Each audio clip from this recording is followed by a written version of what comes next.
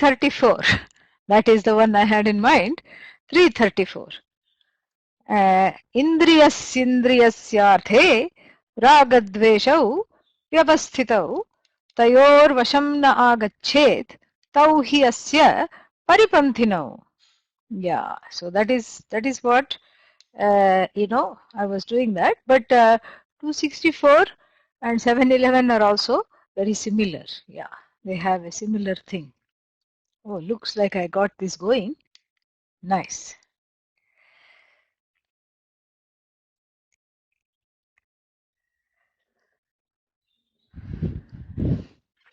Shall we chant the Dhyana shlokas?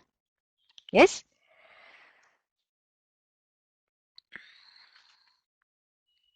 And for those that are joining new, you please find the Dhyana shlokas in the current class text, Gita Dhyanam PDF. Okay? Yeah. Om Parthaya Pratibodhitam Bhagavata Narayanena Swayam Vyasena Grathitam Puranamunina Madhye Mahabharatam Advaitamritavarshinim Bhagavatim अष्टादशाध्यायिनीम् अम्ब त्वामनुसन्दधामि भगवद्गीते भवद्वेषिणी नमोऽस्तु ते व्यासविशालबुद्धे फुल्लारविन्दायतपत्रनेत्र येन त्वया भारततैलपूर्णः प्रज्वालितो ज्ञानमयः प्रदीपः प्रपन्नपारिजाताय स्तोत्रवेत्रैकपाणये ज्ञानमुद्राय कृष्णाय गीतामृतदुहे नमः सर्वोपनिषदो गावः दुग्धा गोपालनन्दनः पार्थो वत्सः सुधीर्भोक्ता दुग्धं गीतामृतं महत् वसुदेवसुतं देवं कंसचाणूरमर्दनं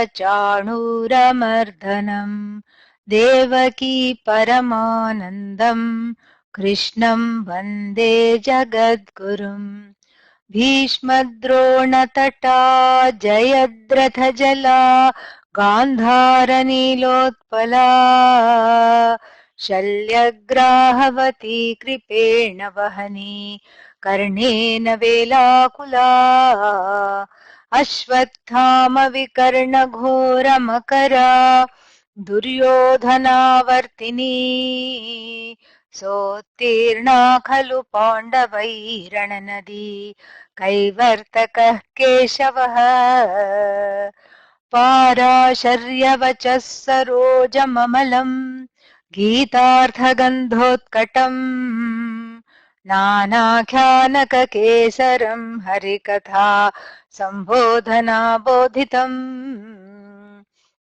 लोके सज्जनषट्पदैरहरहः पेपीयमानम् मुदा भूयात् भारतपङ्कजम् कलिमलप्रध्वंसिनः श्रेयसे मूकम् करोति वाचालम् पङ्गुल्लङ्घयते गिरिम् यत्कृपातमहम् वन्दे परमानन्दमाधवम् यम् ब्रह्मा वरुणेन्द्ररुद्रमरुतः स्तुन्वन्ति दिव्यैस्तवैः वेदैः साङ्गपदक्रमोपनिषदैः गायन्ति यम् सामगाः ध्यानावस्थिततद्गतेन मनसा पश्यन्ति यम् योगिनः यस्यान्तन्न विदुः सुरासुरगणाः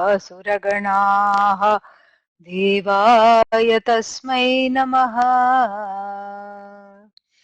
ॐ सहना भवतु सहनौ भुनक्तु Saha Viryankaravavahai Tejasvinavadhitamastu ma vidvishavahai. Om Shanti Shanti Shanti.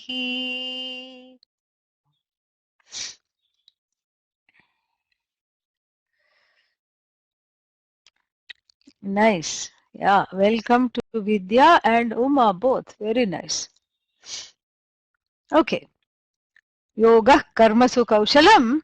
And before we get there, a lot of background knowledge of the Bhagavad Gita. And yesterday we took another sentence. Karmani eva adhikarahate ma phaleshu kadachana ma karma phala hetur bhuhu. So one has a right over the action. Right means you have a say over the action. You are in charge of how much effort to put, when to put, and and when to stop, or whether to do something one particular way or another way, or to not do it at all. It's in your hands. It's in the hands of the human being who has full say over karma. Bhagavan says, but not over the results. This, I told you, is a fact. It's a fact that you can actually get the proof. You don't have to go far. Look at your own life. Yeah. Look at all the missed opportunities, the opportunities that have been kissed goodbye because one happened to be in the wrong place at the right time, in the right place at the wrong time, and worse comes to worse, in the wrong place at the wrong time. Yeah. This is what the whole thing is. So there is a law in which the results of action produced by you are, are dispensed according to some other set of laws, norms, order with which one is not wholly in touch. Gahana karmano gatihi, the way of karma is too dense to even be talked about. Bhagavan Krishna says in the 4th chapter. And, so therefore, the whole thing, of considering oneself as the author of action is the prime problem. It's a setup for disaster. I was going to say failure, but failure is not much. It's a setup for disaster. What is disaster? A series of repeated quote-unquote failures where one is continuing to do the same thing without learning the lessons from the erroneous actions and the erroneous attitudes. Mark Twain once said, please make mistakes every day. Make sure there are new mistakes. Why shouldn't I make the old mistakes? Because making the old mistakes again, makes one, not very in touch with what is going on. So even the fox that is jumping at the grapes, not able to reach it, goes away after some time. Of course, curses the grapes and says, oh, you must be sour. I don't want you anyway, but goes away after some time because it somehow knows that it's higher than, my reach. That's why the grape growers have put it high up so that this little fox can just jump itself to exhaustion and then it goes away. So like this, we have to be able to learn from the error of placing the agency of the action fairly and squarely, centered on the I. Centering the agency of the action on the I is a futile affair. Because you really are only, where action is concerned, you're only half in charge. You're in charge of the action, but what's going to come, you don't know. The hidden variables are too many. Yes? The hidden variables are too many. So many things can happen. That's why we have that saying, there's many a slip between cup and lip. Between opportunities and this person, But thankfully, it is very easy to look at this not as Bhagavan's directive, karmani eva adhikarahate, but as an objective fact. It's very easy because one has experienced in one's own life, one has put tremendous effort, tremendous prayers. Like somebody is sick, bought all the medicines, did everything. And two people are sick with the same disease. One of them, takes the medicine, starts to walk around and is completely okay. The other one continues to be ridden in the bed because something did not work. And let's say that the two patients are of the same age, same kind of a cultural, geographical background, same gender, same, if all things considered, same kind of a situation where they are living, same kind of lifestyle, same kind of disease, and in one, it worked. Whatever was given worked, and in the other, it continues to be a challenge, doesn't work. So what is it that explains it? You cannot, the effort has been put, is the same. Let's say they both go to the same doctor. Even that we can take. Let's control for all the things, all the known variables. The diet is the same, the loving care and attention given is the same. And so what constitutes the recovery of one and the degeneration of the other? You have to shrug the shoulders American style and say, I don't know. I don't know. This is a big don't know. That's because you have put the effort, but the result is not in your hands. This is a fact. Then the question is, of course, in whose hands is the result? And you can say Bhagavan, but that's also glossing over who is this Bhagavan? That Bhagavan is the one who is manifest as a series of orders, laws.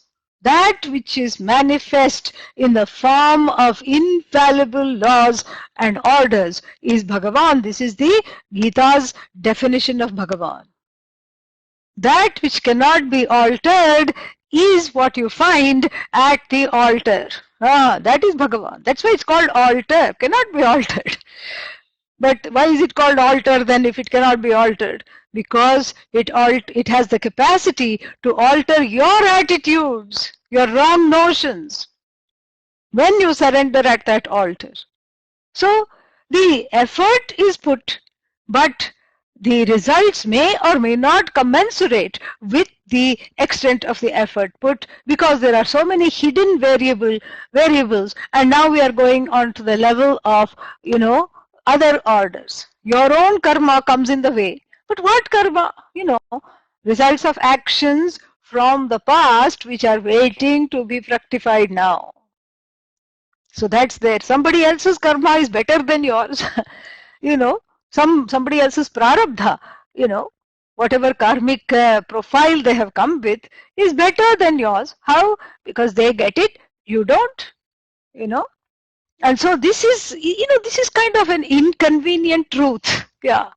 Like climate change, The politicians don't want to accept, some of them don't want to accept that there is such a thing called climate change. The Arctic, the polar bears are, wanting the barbers to come and shave off their fur.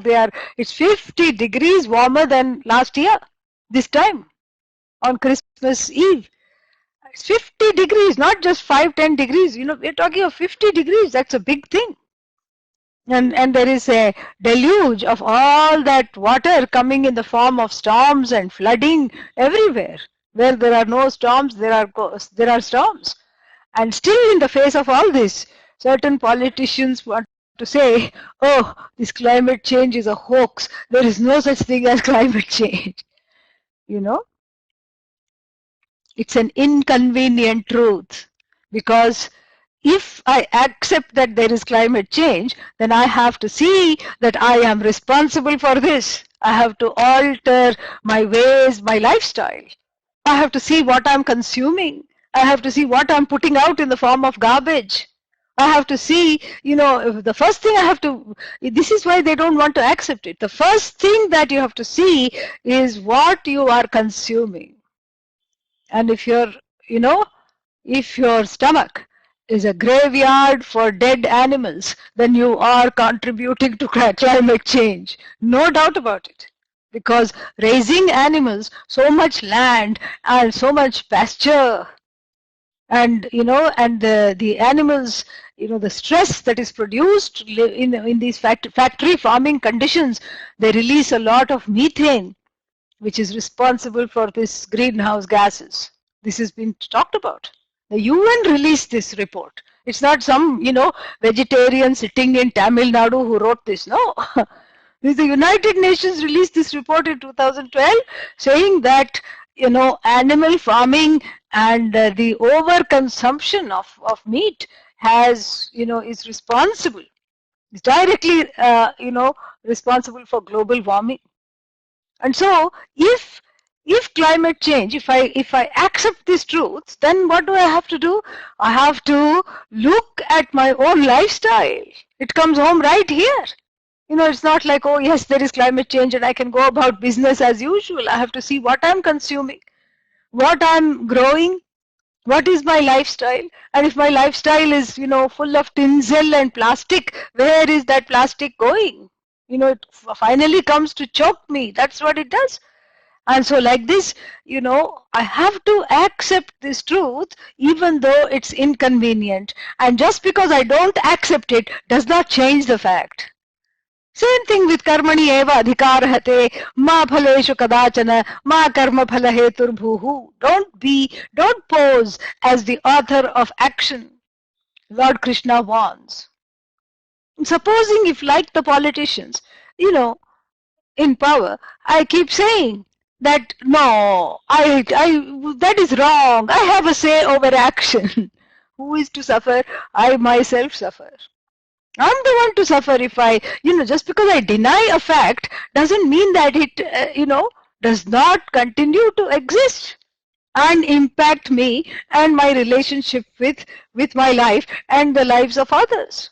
You see, this is something which we have to be very cognizant of this and be in touch with reality, and that is what the blessing and the legacy of the Bhagavad Gita is, that it makes you, studying it makes you a sane person overnight, really. It just has that pragmatic approach. It's not, it's not like the Kenopanishad which we are studying, in the other class. The Kenopanishad keeps you in riddles and you have to go in deep and you just become a contemplative person and all that. Here the Bhagavad Gita forces you to examine your relationship to other jivas, to yourself, to other jivas, to the Jagat, and finally to the source of the Jagat, Ishvara. You have to write those relationships, because if you don't write those relationships, you are suffering. Your suffering is the cause of that. So therefore, I have to accept the inconvenient truth that I don't call the shots in the results of action. I am not the producer of the results of my action. But how to accept this? It doesn't feel good. Fortunately, there is a way taught by Pujya Swamiji, his stock example, because he figured out that we don't have to worry about the outcome of actions, because there are only 4 in number. There are only 4 kinds of outcomes of action that we have to reckon with. It's not like some kind of a random possibility of a series of outcomes that I have to keep, manufacturing new kinds of, attitudes of adjustment. No, you just have to learn to deal with 4 kinds of, 4 kinds of outcomes. Very nice, very easy. What are they? He has a stock example, which I have talked about before, and which is very, very effective in communicating this. So what is that example? A simple example of crossing the road and catching the bus on the other side.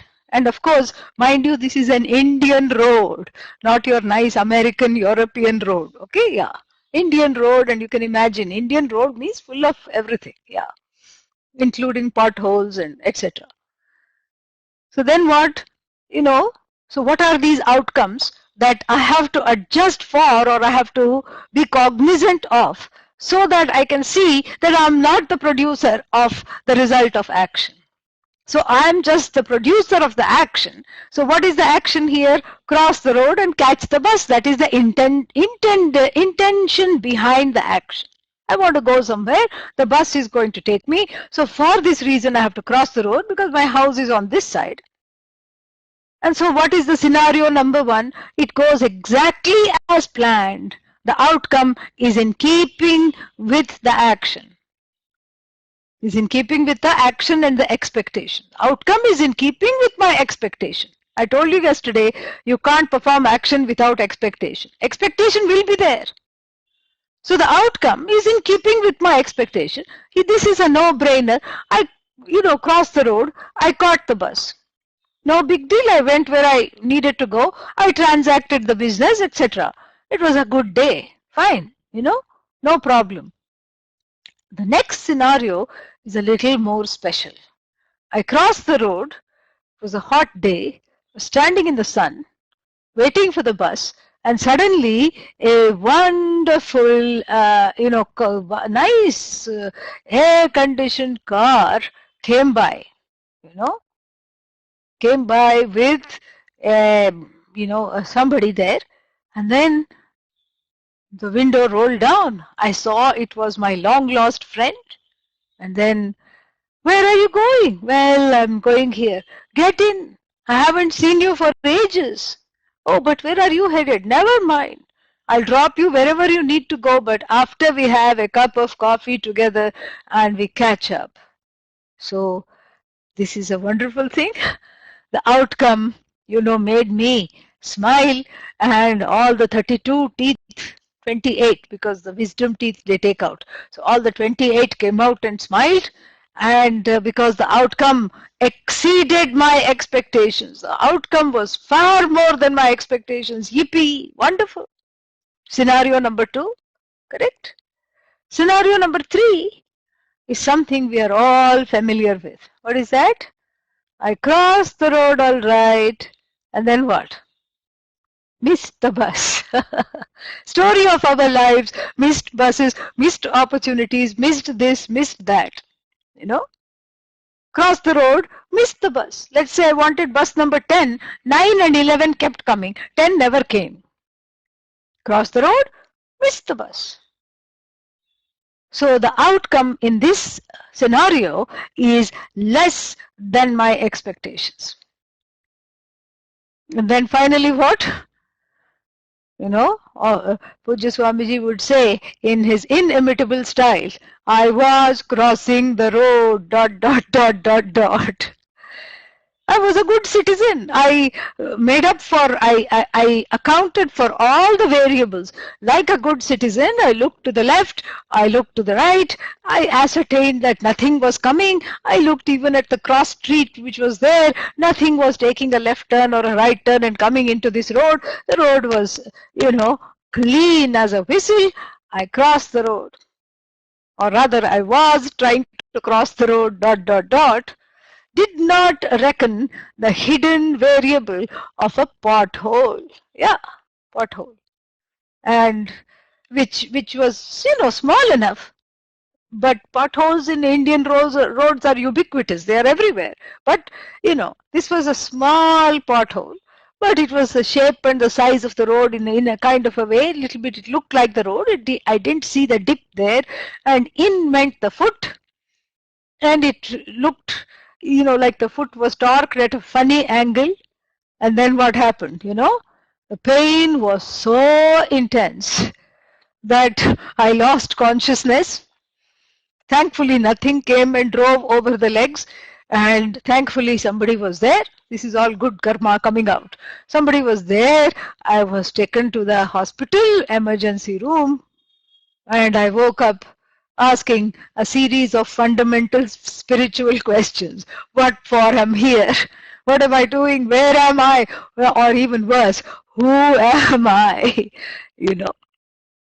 So here the outcome is opposite of my expectation. This is what this is the trick to mastering, the law of karma. This this right here, where what we talked about, is the trick. Because at the end of the day, all said and done, there are only 4 kinds of outcomes that I have to reckon with, that I have to deal with. And that is what is the precursor to the discussion of the sentence Yoga Karmasu Kausalam, which is a definition of yoga given in the Bhagavad Gita by Lord Krishna. And when we mean yoga, we don't mean asanas. We mean, asanas means what? Where impossible body parts touch and unite with other impossible body parts. This is yoga, correct? This is asana.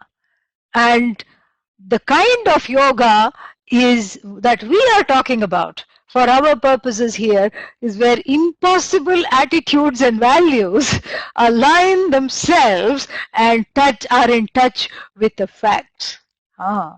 Objective life, where impossible and difficult to bend raga dveshas are nicely able to ease into, doing a sashtanga namaskara in the light of the facts. In the light of facts means reality.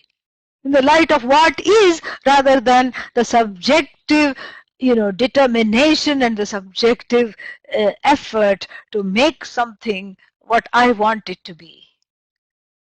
It will be like climate change. It doesn't exist. Just because you say so, it's not going to, the Arctic is not going to get any cooler. Yeah, the penguins are upset. The polar bears are upset, It's affecting their, their breeding, not breeding, the parenting patterns. The mothers are impatient with the cubs and they're not feeding them. And so like this, so many things. It's not a small thing. So just because I say it doesn't exist, it does not change the facts. Similarly, if I deny that I'm not the author of action, that's not going to change the fact that, that I am not in fact the author of the results of action. I'm not the author of, karma phala. This is something I have to see, and to help oneself. That is what, to help this assimilation. Bhagavan Krishna gives what is called the knowledge of a certain way of leading the life, which is in keeping with these facts, which is in keeping with this pragmatic, objective understanding of the reality of the universe and one's place in the scheme of things, and how understanding one's place in the scheme of things is a process, is sometimes a lifetime after lifetime after lifetime, seeking process, and it is okay. But that understanding brings with it a shanti, not ashanti, a shanti that one is seeking. That is the original seeking. That's the only thing one is seeking. And so, therefore, karma yoga is not just, like I said, the misinformation about karma yoga is, do something without expecting results. That's not it.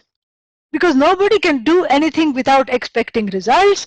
It is the definition of karma yoga. We have 3 definitions actually. Here we'll be seeing 2 of them for our purposes. So the definition of karma yoga about a way of assimilating values and attitudes that keeps me in touch with the reality, and where personal growth is highlighted, and this personal growth is the only commitment, really speaking. That is what is karma yoga. And here Bhagavan Krishna gives this as a present to Arjuna.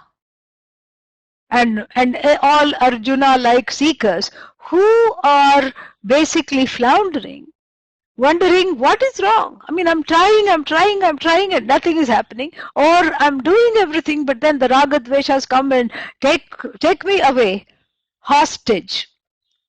And so what is it that is not, what is it that doesn't compute? What is it that's going wrong? So to those asking that question, Bhagavan says, Dadami buddhi yogam tam. I give such people, you know, buddhi yoga. Buddhi yoga is another name for karma yoga, where the buddhi is used to see that these outcomes, which are four in number, four kinds of outcomes, are not in my hands. I don't know when I will catch the bus. I don't know when I will miss the bus. I don't know when I will, get a ride, a free ride. And I don't know when I may land up in the hospital.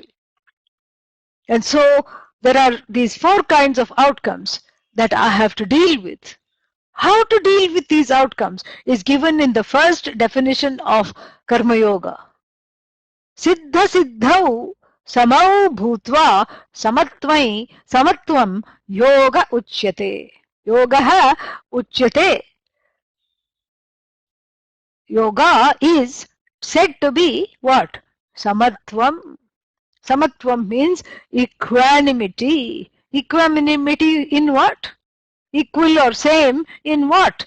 Not that the person is performing the same kinds of action again and again or getting the same kinds of results. No, that's not possible.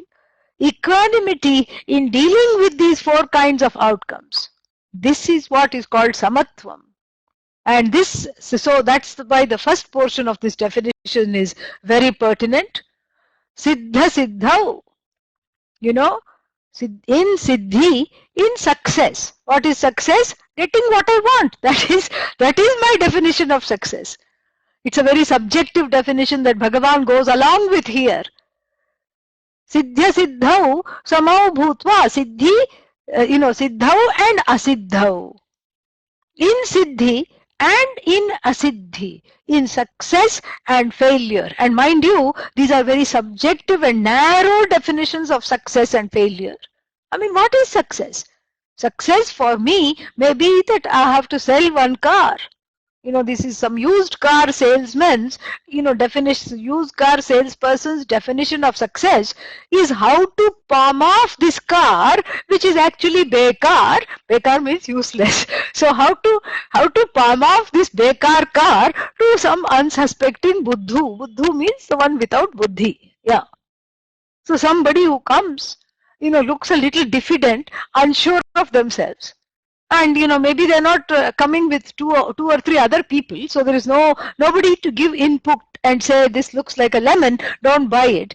This single fellow has walked in, and the used car person's idea of success is how to palm off the worst car in the lot. I mean, it's easy to sell the best car in the lot, no, but the worst car has to move because that's where the commission is sitting.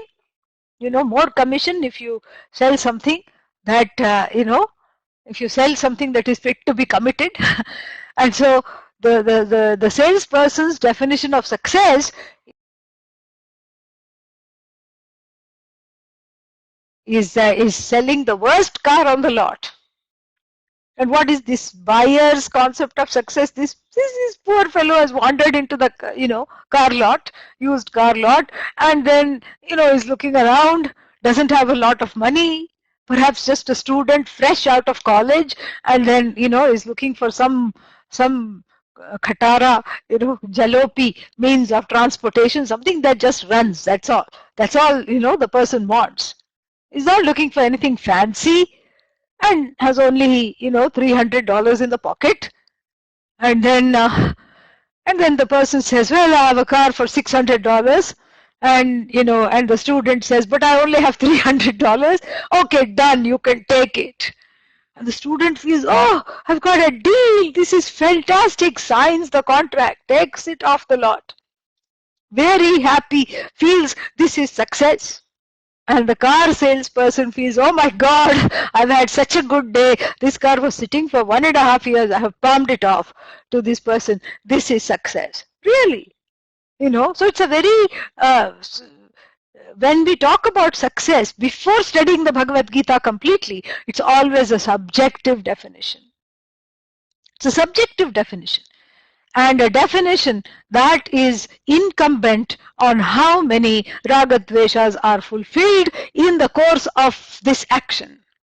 That is what constitutes success from the standpoint of agyaha. Agyaha means, the one without jnanam, the unwise person, the otherwise person, not the wise person.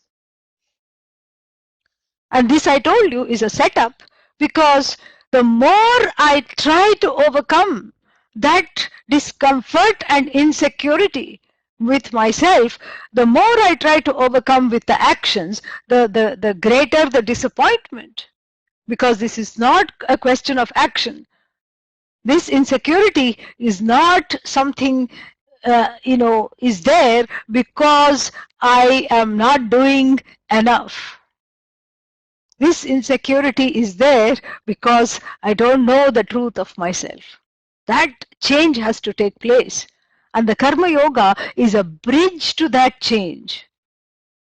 Vyavasayatmika buddhihi ekeha kuru nandana bahushakha hyanantascha buddhayog vyavasayinam yamimam pushpitam vacham pravadantya vipaschitah vedavadarataः partha nanyadastiti vadinah कामात्मानस्वर्गपराः जन्मकर्मफलप्रदां क्रियाविशेषबहुलां भोगैश्वर्यगतिं प्रति भोगैश्वर्यप्रसक्तानां तयापहृतचेतसां व्यवसायात्मिका बुद्धिः समाधौ न विधीयते.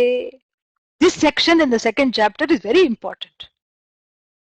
Arjuna is urged by the Lord to have an attitude, to develop or cultivate an attitude of commitment to this Karma Yoga, to this knowledge first, and to Karma Yoga as a bridge to this knowledge. Because the Karma Yoga clears out the Antahkarna from the mainstay of these Ragadveshas that are watching, not just watching the show, but they are trying to change the show. And they're trying to, make the person a hostage. So much so that the person forgets what they are doing and what their priorities are, and starts to dismantle the very same values that are important to them. The Ragadveshas do that. Oh, but this is illegal. Doesn't matter. We'll just cut some corners and do some. That's why there is this loophole, and you have to go through this loophole, and you'll be fine until you're caught. That's what it is. So therefore, the Lord urges Arjuna to change this scheme of things by cultivating a commitment to the knowledge that you are the most secure thing in the whole universe. And that is the commitment.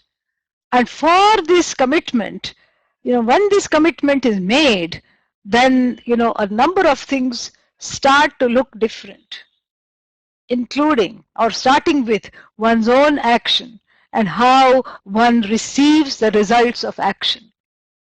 And so what is this commitment? This commitment here is called Vyavasayatmika Buddhihi. Eka iha. Eka means one-time commitment. It's not a commitment that is Ayaram Gayaram. Ayaram Gayaram means yes, kabhi kabhi commitment, kabhi kabhi no commitment. That doesn't work. You can't have a dalliance with this knowledge. Cha cha cha, cha cha cha. No, you can't do that. You have to have a commitment to seeing the truth of yourself. And if that commitment is difficult to, get, you can put it in different words. Have a commitment. Make a commitment to dropping this insecurity, to overcoming this insecurity and this discomfort and the non-acceptance of oneself once and for all, right here, right now. That's the commitment. And when that commitment is made, things start to look very different. Things start to make way for you. Oh, Arjuna. He's going to say later.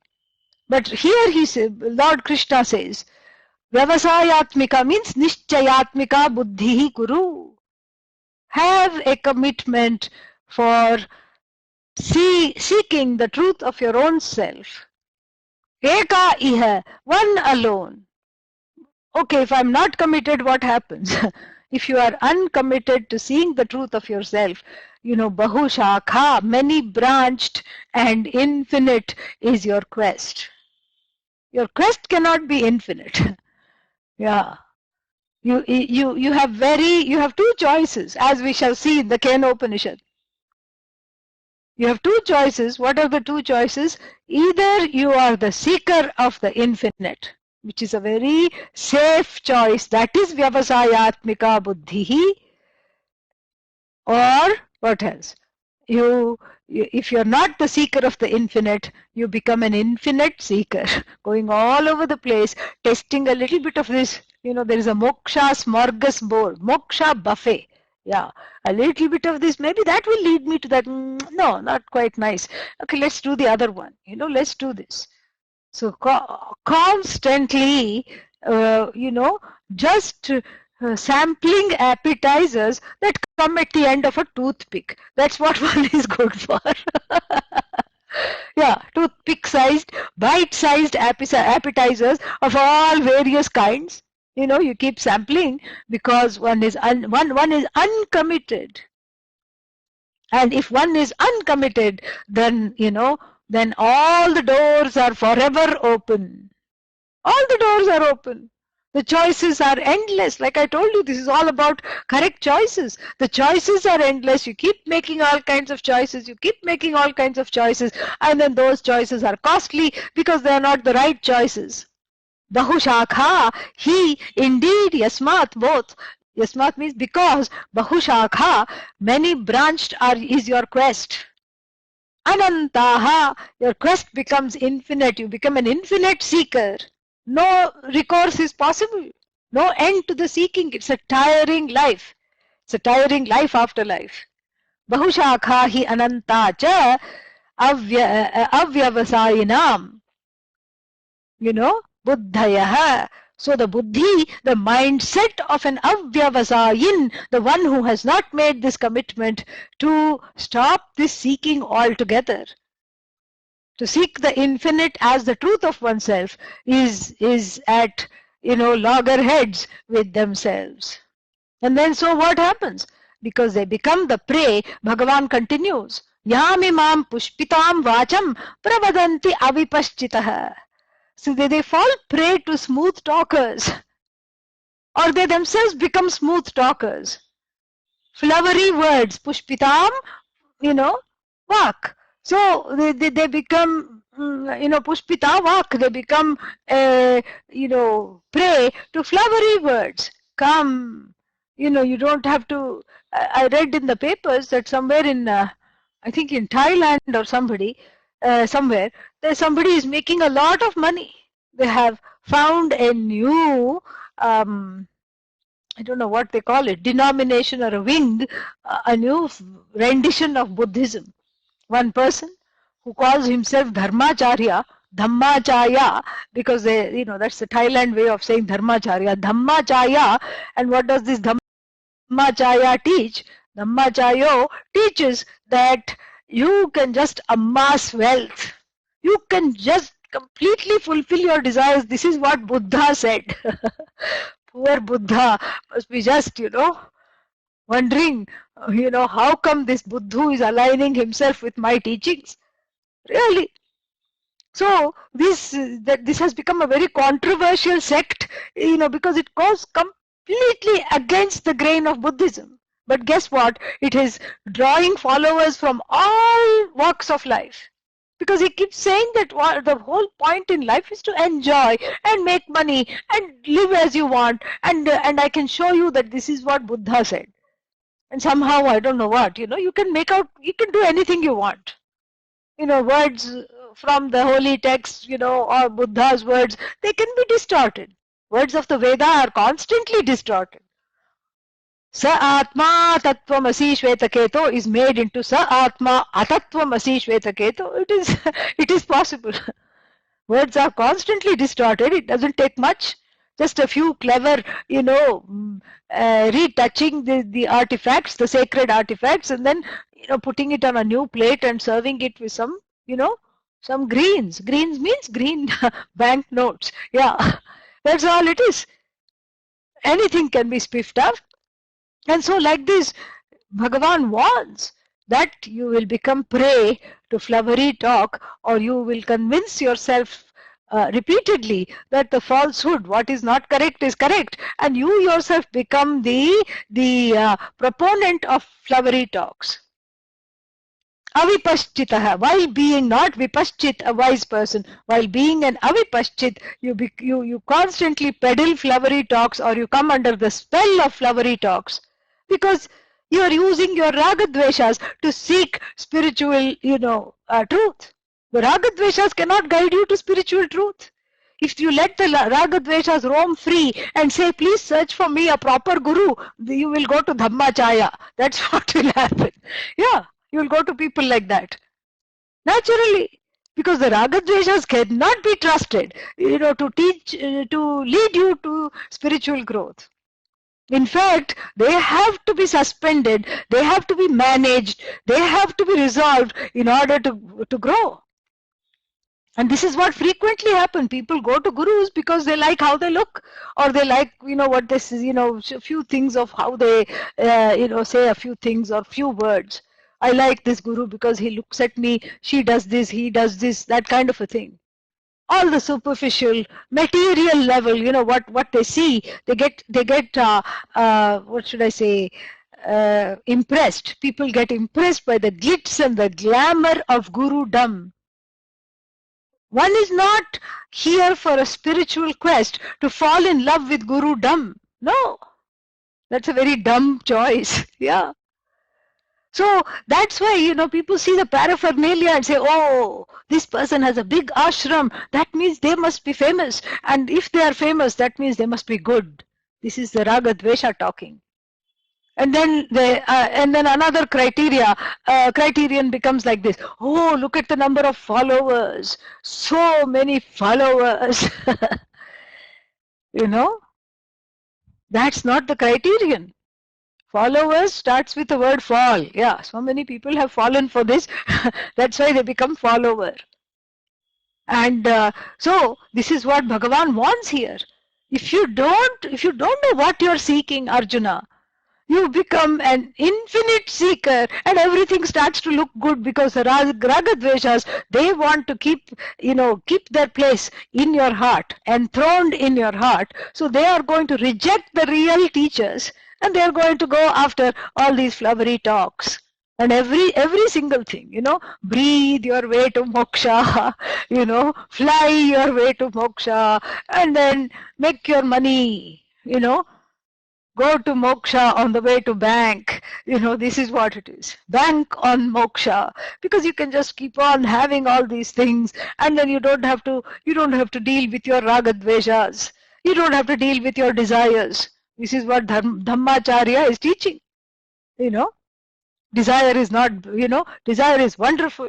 We also say desire is wonderful. I told you yesterday. In the 7th chapter, Bhagavan says, Dharma aviruddha bhuteshu kamosmi bharatarshabha. I am that desire which does not negate that order called dharma, which we have talked about. And we are going to talk about more. And so therefore, this choice of needing to, alter my life in the face of the fact that I'm constantly being, faced with disasters, difficulties, failures, which is in turn leading to self non-acceptance. This I have to see. This is what is called Nishchayatmika Buddhihi. Vedavada Rataf Partha. So these people are only committed to the first mother we talked about, the first portion of the Veda that says you keep doing this and keep doing that and keep doing and keep doing. You never graduate to the lap of the second mother to ask some fundamental questions. What is the consequence of keeping on doing? Is there anything else? What am I missing here? And what is this preparation for? You never graduate there. And then what do these kinds of, false prophets say? na anyadasti iti vadinah. Vadin means the talkers. So these sweet talkers convince you that theirs is the only way. This is the only way you can get moksha, by following me and by having vairagya. This is not Dhammacharya speaking, another Acharya. So how do I get vairagya, oh Guru? Give me all your money and you will be free. You will have vairagya instantly. This is not correct, you know. And so because they are, after all, Bhagavan continues, kamatmanah. Their whole atma, their whole body is their whole body mindset, mindset and their body mind complex is the embodiment of kama. They themselves have not interrogated their kama. Kamatmanah, svargaparaha, they are committed to some otherworldly existence, swarga, etc. Dharma karma phala pradam, so they are interested in instant gratification. How is that found? Kriya vishesha bahulam, they keep you dancing, they keep you on your toes, and they keep giving you kriyas, catch the nose, catch the toes, do this, do that. Kriyas are fine, sadhana is fine, meditation is fine, but it is for the sake of preparing oneself for this knowledge. Janma karma phala pradam kriya vishesha bahulam. And what is this kriya towards? Bhogaishwarya gatim prati. These kriyas, all these actions that they tell you to do are all focused towards two things, bhoga and aishwarya. Bhoga means conspicuous consumption, raga, dvesha there. Aishwarya, power and control.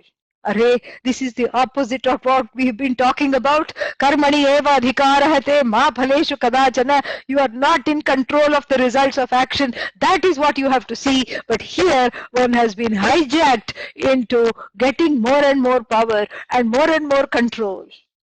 And for that, we have all these Vashikarana mantras and homas. People do homas.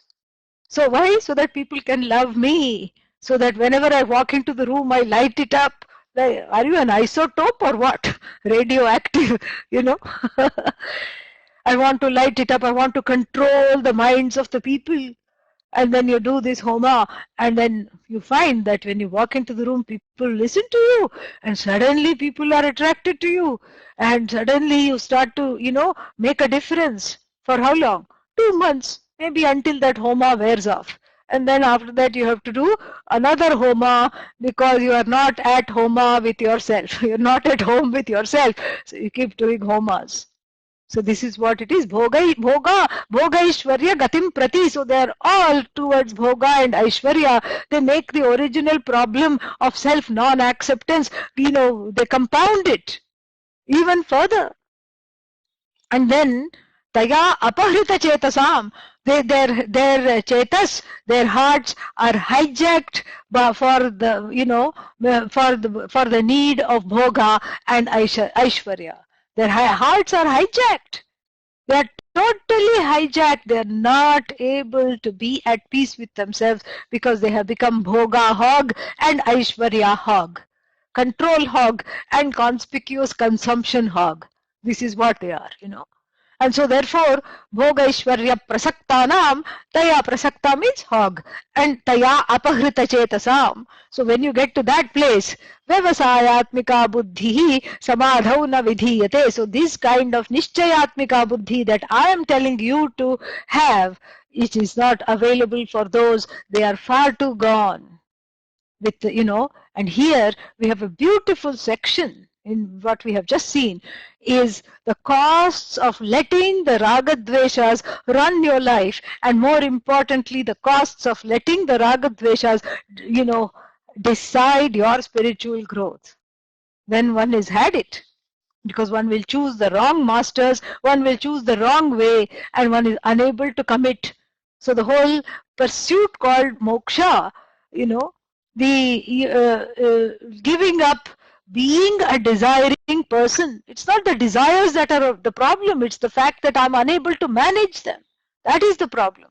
And so the letting go of, of identifying as a wanting person, that, moksha is just spread out too thin because one is unable to commit.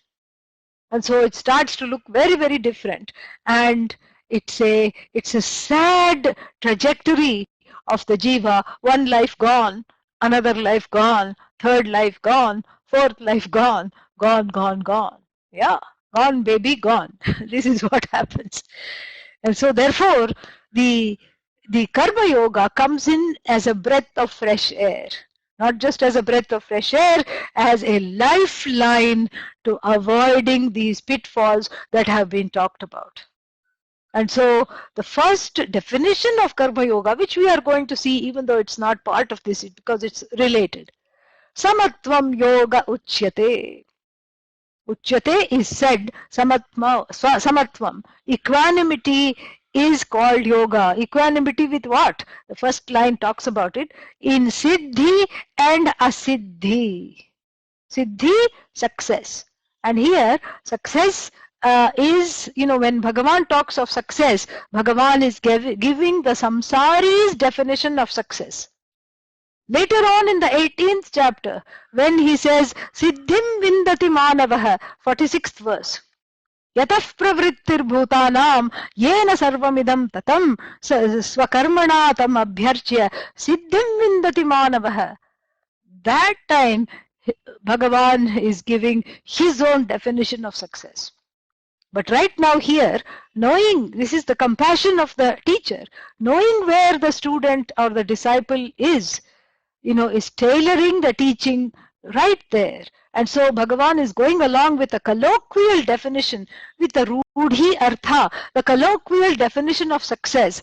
And what is the street person's definition of success? What is a good day? When I could fulfill all the ragadveshas, when I could have my way, when I could have bhoga and aishwarya in equal measure.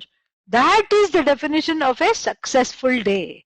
When I could achieve what I want and when the outcome was in keeping with my expectation or greater than my expectation, that is a good day. That is the definition of success. What is a successful life? Who is having a successful life? The one that has been able to fulfill most, if not all, their ragadveshas. That's what you think? And you have some role model, Bill Gates, successful life. Carlos, slim, he himself is not so slim and neither is his pocketbook, but his name is Slim, very rich person. And, they are successful because look, they are jet setting the world, they have so much money and they don't have to worry. But you ask them, Carlos will have, you ask them, are you really free of problems, free of insecurity? And Carlos will be the first one to tell you. I'm imagining this, okay? It's not that he came and told me, that I wish I was slim. That's what he will tell. And Bill Gates was interviewed a few years ago by Fortune magazine. What are you missing? Are you missing anything in life? And he said, yes, time with my family is non-existent. Nearly non-existent. I can't watch my child grow. I can't have time with my family. This is how it is. So from our point of view, somebody may be successful. You make them into a role model. But if you ask them, they don't feel like they are successful. And so again, Bhagavan goes along with this subjective definition of success because he wants to drive home an important point, and that point being that whether you fulfill your ragadveshas or not, you have to learn to have some equanimity. And how is this equanimity gained? It is gained by, by learning to master your responses and attitudes in the wake of these 4 outcomes that we talked about before. Yeah. The 4 kinds of outcomes you learn to face because they are facts. This is not some kind of a Russian roulette that so many possibilities are there. No. There's only 4 kinds of outcomes. Learn to deal with those outcomes because you don't call all the shots. There are so many hidden variables, so many slips between cup and lip. So therefore, learn to master this. Learn to master this. And so this is the truth. And so he says, Siddha Siddhyau Samau Bhutva Samatvam Yoga Uchyate. How to gain this samatvam? Make siddhi and asiddhi sama. Siddhi again, your own concept of siddhi, success. Asiddhi, your own concept of, failure, losing something. Make them the same. Oh my God, this is a very tall order. How can I make the two same? They are opposite. Yes, they may be opposite, but you cultivate a certain, a certain equanimity. It is something to cultivate. And how do you cultivate it? After outwitting the raga dveshas. The raga dveshas will have a tantrum, but you have to learn to make peace with it. And for that reason, Karma Yoga is not a possibility without bringing in the giver of the laws of action.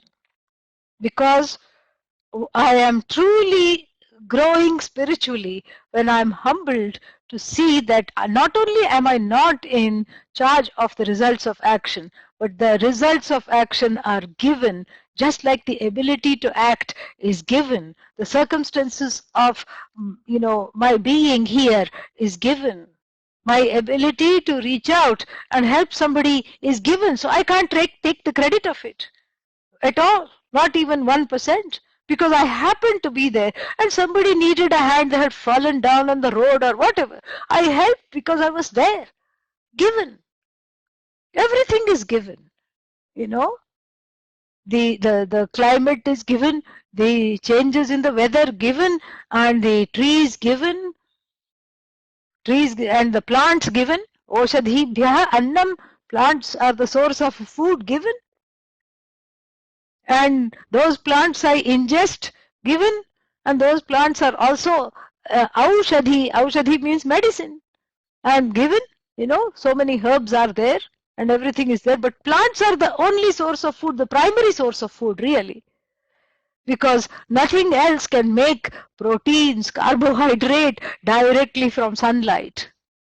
Yeah, so that's why we depend on plants as the primary source of food given.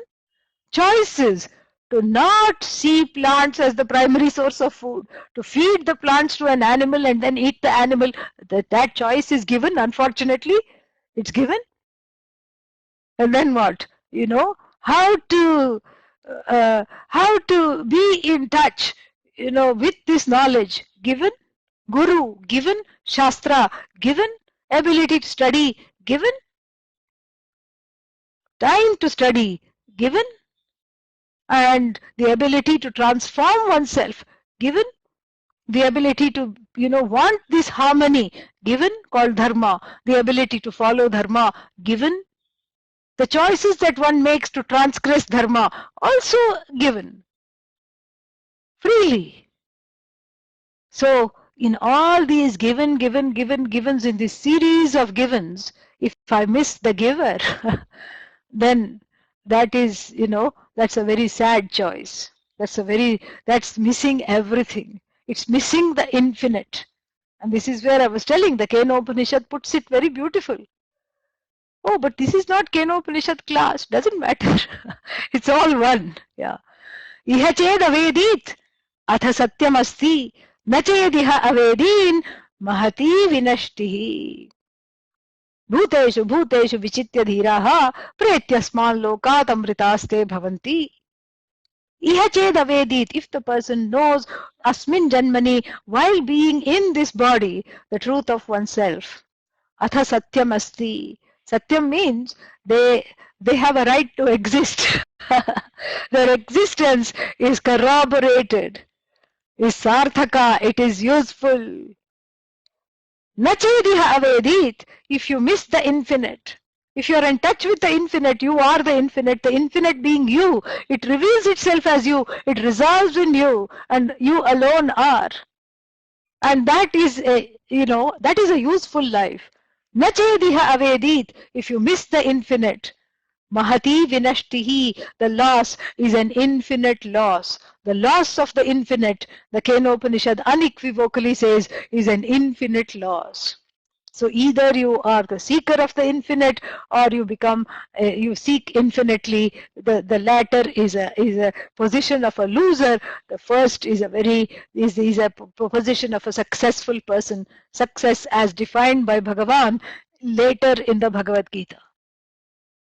So the samatvam here, cultivating this equanimity, is something that I have to come to terms with by seeing that the given, is not outside of the giver. If there is everything is given, there must be a giver. Where is the giver? Oh, heaven, uppar. People say uppar wala, some sitting on top. I don't know why top.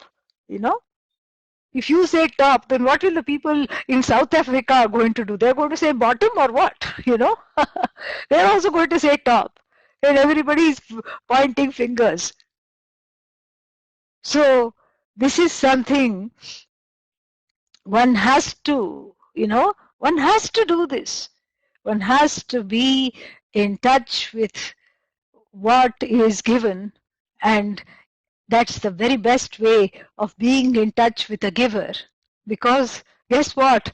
Our Shastra says there is no difference between the given and the giver. The given is in the form of the giver. Yena sarvam idam tatam. Yataha pravrittihi bhutanam. That which is the origin. Bhutanam prabhavaschodbhavascha. Vishwadhipo Rudro Maharshihi. This is I'm now meandering. It's like I'm like a grazing cow that is going from one text to another. Yeah. This is Shvetashvatara Upanishad. That which is the source of Vishwadhipaha, that which is the source of the universe. Vishwasya Adhipaha, Rudraha Maharshihi, who is all, all encompassing. Rudraha means the giver of the law of karma. Yaha yo bhutanam udbhavascha prabhavascha, that which is the source of all beings. This is exactly what is described in the 18th chapter. Yataha yasmat karanat, from which, causeless cause, all this has come, which is the source of all beings. And then what? Source of all beings means that Bhagavan has abandoned the universe, and the universe is anatha, without father, mother. No. Yena sarvam idam tatam. By whom all this is pervaded. Write the 9th chapter of the Gita. Maya sarvam idam tatam jagadavyakta murtina. Matsthani sarvabhutani. Nachaham teshu vasthitah. So, same thing here. Yena sarvam idam tatam. The word, tan, which becomes the root verb tan, which becomes tatam, means spread. Not like Amul butter, you spread the butter and then the little slab becomes smaller, smaller, smaller, and then by the time the bread has come to one side, you have come from this side of the slice to the other side, you look at the knife, the pat of butter is missing. So Bhagavan has become the universe. Ayyo, what to do now? We don't have that problem.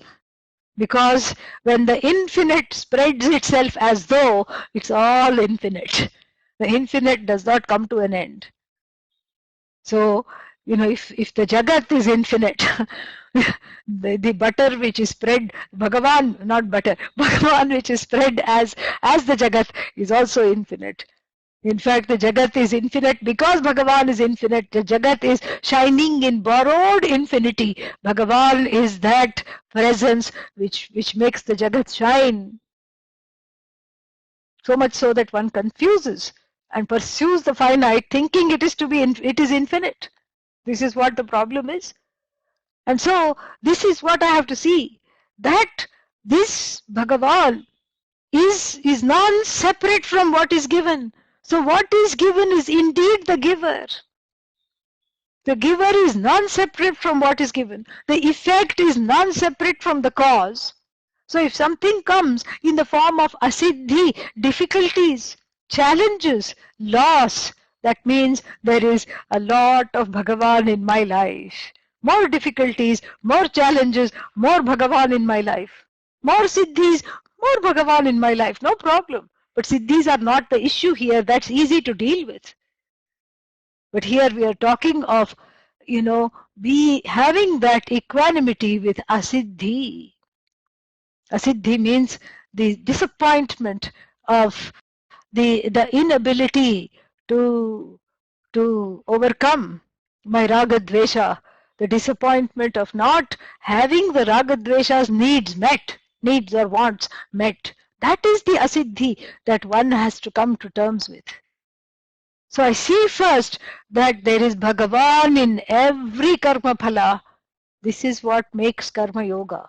There is no secular karma yoga, the rotary version, you just do work, do some nice works, lead a good life, dharmic life, you do some good works and then you are a karma yogi. No, that's not what the Shastra says. So this is what, not what the Isha Upanishad says, which is the first one to talk of karma yoga, not what the Bhagavad Gita says. In fact, without Bhagavan, without the cognizance of everything that I confront as Bhagavan, there is no karma yoga possible. Maya tatam idam sarvam. So, yataf pravrittir bhutanam, 46th verse, 18th chapter.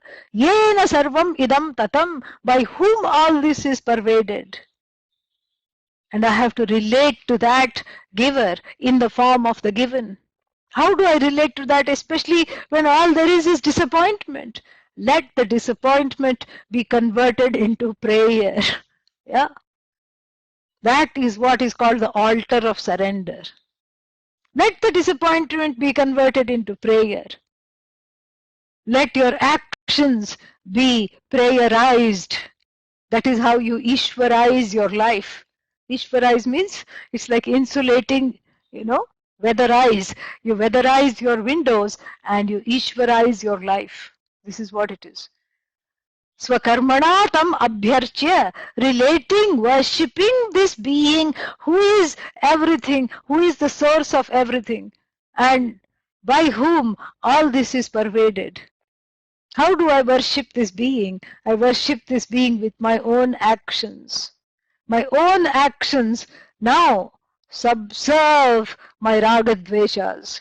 My own actions have been converted to yoga because what I hope to gain as a result of these actions, in addition to whatever I expect, what I really hope to gain is the preparedness to gain this knowledge. That is what makes karma yoga, because I have pressed the override button on gaining the individual, whatever comes as a result of this action, because it may or may not come. But what will definitely come is my preparation if I change the attitude. If I pray for a shift in the attitude, if I heal the disappointments and be committed to this yoga, as a form of a bridge for walking the road of this knowledge. And then changes start to take place. Siddhim vindati manavaha. So this siddhi is a different siddhi, not the siddhi that was talked about in chapter 2. Siddha siddhau samau bhutva, not that siddhi. This siddhi is the true definition of success. One has graduated to see that the siddhi is not in trying to fulfill raga dveshas and counting how many I could fulfill. Siddhi is learning equanimity in the face of unfulfilled raga dveshas. Siddhi is learning to manage my raga dveshas. That's what it is, to manage the raga dveshas. And that is what is samatvam. This samatvam yoga uchyate has to come before the next definition. Yoga karmasu Kausalam. So a few more things are to be said about samatvam. We'll take it up day after tomorrow. Yeah. So tomorrow holiday from everything. Have one day to just chew on this and assimilate all of this, and then we will come back and deal with it, on the 26th. Okay. Om Purnamadah Purnamidam Purnat Purnamudachyate Purnasya Purnamadagya Purnamevavashishyate. Om Shanti Shanti Shanti. Harihi Om. Shri Gurubhyo Namaha. Harihi Om. Any questions are there? Yeah. You're very welcome, Nirmala. Why did Chris and Vivian say ouch?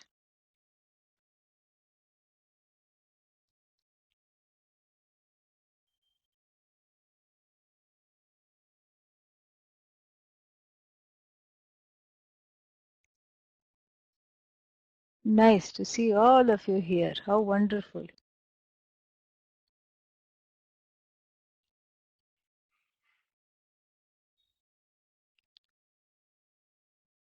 No class in the morning also. No class, no satsang at night also. Just take 1 day break. Oh, reference to falling. Okay. Yeah. Right. Yeah. Follower means the one who has fallen for something. Okay. Om Namah Shivaya. Nice to see Vidya and Uma also. Yeah, karma yoga it's what makes ouch into couch. Yeah. It couches all the ouches in life. No, it's a shock absorber. Merry Christmas to everybody who is celebrating. Om.